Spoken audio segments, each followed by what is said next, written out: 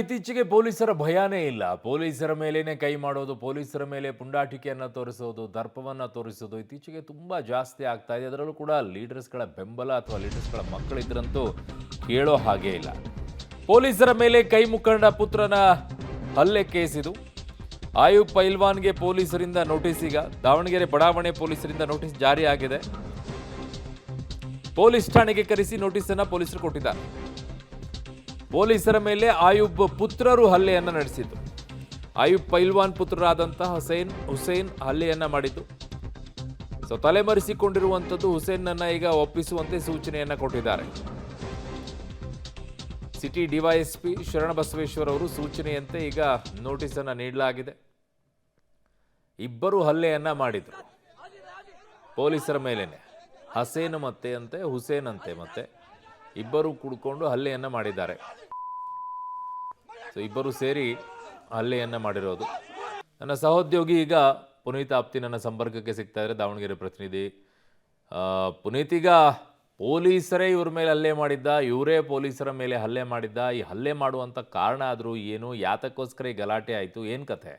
ಅರುಣ್, ಈ ಎಲ್ಲ ದೃಷ್ಟಿಯನ್ನು ನೋಡ್ತಾ ಇದ್ರೆ ರಾಜ್ಯದಲ್ಲಿ ಕಾನೂನು ಸುವ್ಯವಸ್ಥೆ ಹದಗೆಟ್ಟಿದೆ ಅನ್ನುವಂತಹ ಒಂದು ಪ್ರಶ್ನೆ ಕೂಡ ಸಾರ್ವಜನಿಕ ವಲಯದಲ್ಲಿ ಸಾಕಷ್ಟು ಕೇಳಿ ಬರ್ತಾ ಇರುವಂಥದ್ದು. ಪ್ರಮುಖವಾಗಿ ಕಳೆದ ಶನಿವಾರ ಆದಂತಹ ಈ ಘಟನೆ ಆಗಿರುವಂಥದ್ದು ಏನೋ ಯುವಕರ ನಡುವೆ ಒಂದು ಕ್ಷುಲ್ಲಕ ಕಾರಣಕ್ಕೆ ಗಲಾಟೆ ಆಗುತ್ತೆ. ಅಂದರೆ ಸಾಮಾಜಿಕ ಜಾಲತಾಣದ ಒಂದು ಕಾಮೆಂಟ್ ಮಾಡಿರೋ ಅನ್ನೋ ನಿಟ್ಟಿನಲ್ಲಿ ಒಂದೇ ಕೋಮಿನ ಎರಡು ಗುಂಪುಗಳ ನಡುವೆ ಗಲಾಟೆ ಆಗುತ್ತೆ. ಅದಾದ ನಂತರದಲ್ಲಿ ಅವ್ರನ್ನ MLC ಮಾಡಿಸೋಕ್ಕೋಸ್ಕರ CG ಹಾಸ್ಪಿಟಲ್ ಕರ್ಕೊಂಡ್ಬಂದ ಸಂದರ್ಭದಲ್ಲಿ ಅಲ್ಲೂ ಕೂಡ ಗಲಾಟೆ ಆಗುತ್ತೆ. ಮತ್ತೆ ಪೊಲೀಸರ ಮೇಲೆ ಹಲ್ಲೆ ಮಾಡ್ತಾರೆ.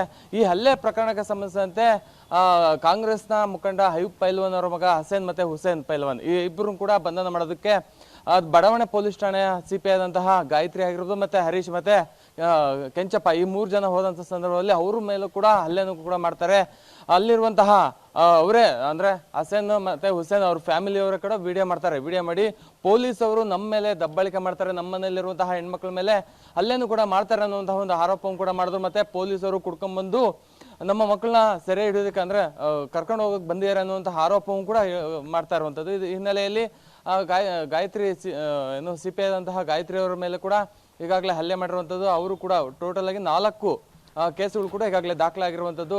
ಈ ಹಿಂದೆ ಕೂಡ ಅವರಿಬ್ಬರು ರೌಡಿ ಶೀಟರ್ ಆಗಿರುವಂಥ ಹಿನ್ನೆಲೆಯಲ್ಲಿ ಸಾಕಷ್ಟು ಪ್ರಕರಣಗಳು ಕೂಡ ಅವ್ರ ಮೇಲಿರುವಂಥ ಹಿನ್ನೆಲೆಯಲ್ಲಿ ಈಗಾಗಲೇ ಅವ್ರನ್ನ ಬಂಧಿಸುವಂತಹ ಕೆಲಸವನ್ನು ಕೂಡ ಅಂದರೆ ಹಸೇನ್ನ ಬಂಧಿಸುವಂಥ ಕೆಲಸ ಮಾಡಿದ್ದಾರೆ. ಆದರೆ ಹುಸೇನ್ ತಲೆಮರೆಸ್ಕೊಂಡಿರೋದ್ರಿಂದ ಅವನ್ನ ಫೋನ್ ಟ್ರ್ಯಾಪಿಂಗ್ ಆಗಿರ್ಬೋದು ಮತ್ತು CDR ಮುಖಾಂತರ ಅವನು ಎಲ್ಲಿದ್ದಾನೆ ಲೊಕೇಶನ್ ಪತ್ತೆ ಹಚ್ಚುವಂಥ ಕೆಲಸವನ್ನು ಕೂಡ ಈಗಾಗಲೇ ಮಾಡ್ತಿರುವಂಥದ್ದು. ಪ್ರಮುಖವಾಗಿ ಸಿಟಿ DYSP ಶರಣು ಬಸವೇಶ್ವರ ಈಗಾಗಲೇ ಅವರ ತಂದೆ ಅಂದರೆ ಕಾಂಗ್ರೆಸ್ ಮುಖಂಡ ಆಯುಬ್ ಪೈಲ್ವಾನ್ಗೆ ಈಗಾಗಲೇ ಒಂದು ನೋಟಿಸ್ ಕೂಡ ಕೊಟ್ಟಿರುವಂಥದ್ದು.